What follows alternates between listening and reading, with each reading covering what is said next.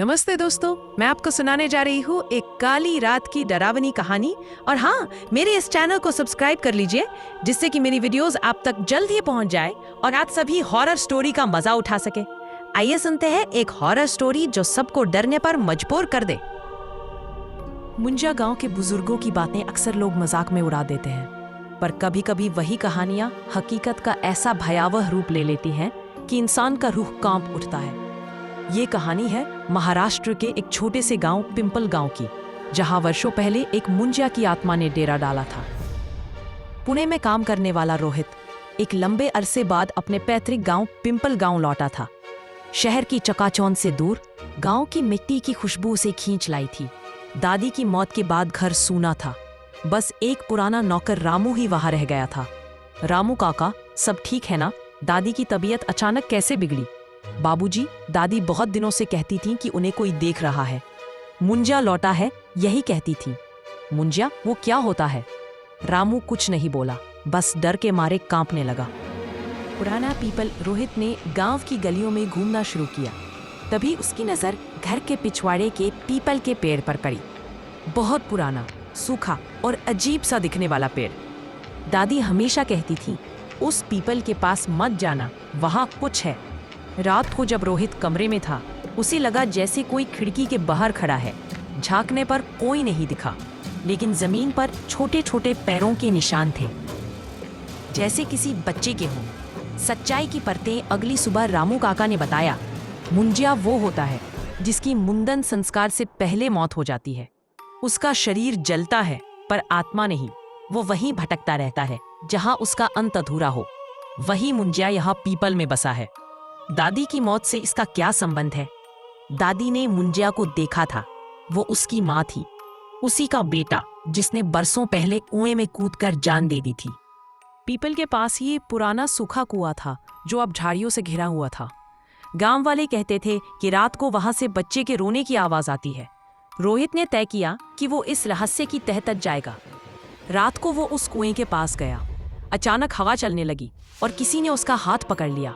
वो पीछे पलटा, वहां कोई नहीं था, लेकिन कुएं से एक धीमी सी फुसफुसाहट आई, माँ। अगली रात रोहित ने मोबाइल में कैमरा ऑन किया और पीपल के पास बैठा रहा। आधी रात को कैमरे में एक आकृति दिखाई दी। एक बच्चा, गंजा सिर, लाल आंखें और सड़ी हुई मुस्कान। माँ, मेरा मुंडन क्यों नहीं किया? मुझे मुक्ति दो। रोहित डर से कांप उठा। वो घर भागा, पर अब देर हो चुकी थी। दादी की पुरानी डायरी में लिखा था, मेरा बेटा 7 साल का था जब कुएं में गिर गया। लोग कहते हैं उसने खुदकुशी की, पर मुझे लगता है उसे किसी ने धक्का दिया। उसका मुंडन नहीं हुआ था। अब वो लौट आया है। मैंने उसे कई बार देखा है। वो अब मुंजा बन चुका है। रोहित को यकीन हो गया, उसकी माँ का अतीत अब उसे ही निकलने आ गया है। गांव के पुजारी ने बताया, मुंजा से छुटकारा पाने का एक ही उपाय है, उसका अधूरा मुंडन करना और पीपल के नीचे पूजा करना। लेकिन ध्यान रहे, मुंजा अपने बालों को कोई नहीं छूने देता।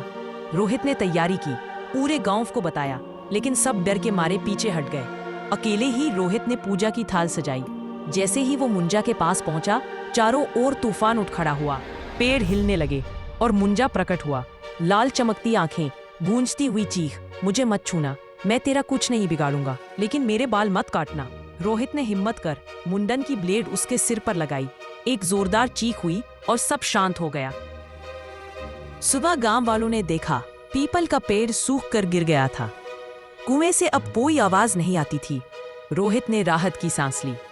लेकिन उस रात जब वो बिस्तर पर था, अचानक उसके कान में वही फुसफुसाहट आई, अब मैं तेरे साथ रहूंगा। पुणे लौटने के बाद रोहित की जिंदगी फिर सामान्य होने लगी, लेकिन कुछ बदला बदला सा था। कभी कभी वो शीशे में खुद को देखता तो उसकी आंखें लाल दिखती। कभी उसे छोटे बच्चों के साथ अजीब सा लगाव हो जाता, कभी बिना वजह गुस्सा। एक रात उसने सपना देखा, एक पीपल का पेड़ और उस पर झूलता हुआ एक बच्चा जो अब उसका चेहरा पहने हुए था। अब मैं ही मुंजिया हूँ। सुबह गांव वालों ने देखा, पीपल का पेड़ सूख कर गिर गया था। कुएं से अब कोई आवाज नहीं आती थी। रोहित ने राहत की सांस ली। लेकिन उस रात जब वो बिस्तर पर था, अचानक उसके कान में वही फुसफुसाहट आई, अब मैं तेरे साथ रहूंगा। पुणे लौटने के बाद रोहित की जिंदगी फिर सामान्य होने लगी। लेकिन कुछ बदला बदला सा था। कभी कभी वो शीशे में खुद को देखता तो उसकी आंखें लाल दिखती, कभी उसे छोटे बच्चों के साथ अजीब सा लगाव हो जाता, कभी बिना वजह गुस्सा। एक रात उसने सपना देखा, एक पीपल का पेड़ और उस पर झूलता हुआ एक बच्चा जो अब उसका चेहरा पहने हुए था। तब मैं ही मुंझा हूँ।